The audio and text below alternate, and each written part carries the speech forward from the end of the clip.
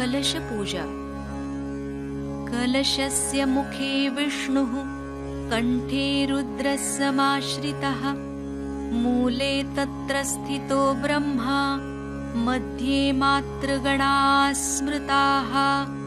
कुक्षौ तु सागराः सर्वे, सप्तद्वीपा वसुन्धरा।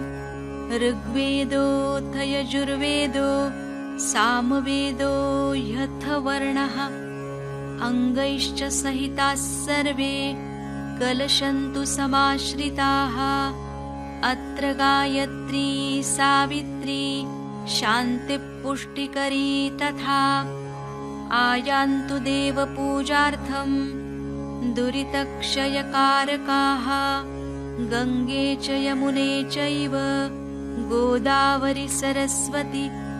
नर्मदे सिन्धु कावेरी, जलेऽस्मिन् सन्निधिं कुरु। श्रीवरुणाय नमः।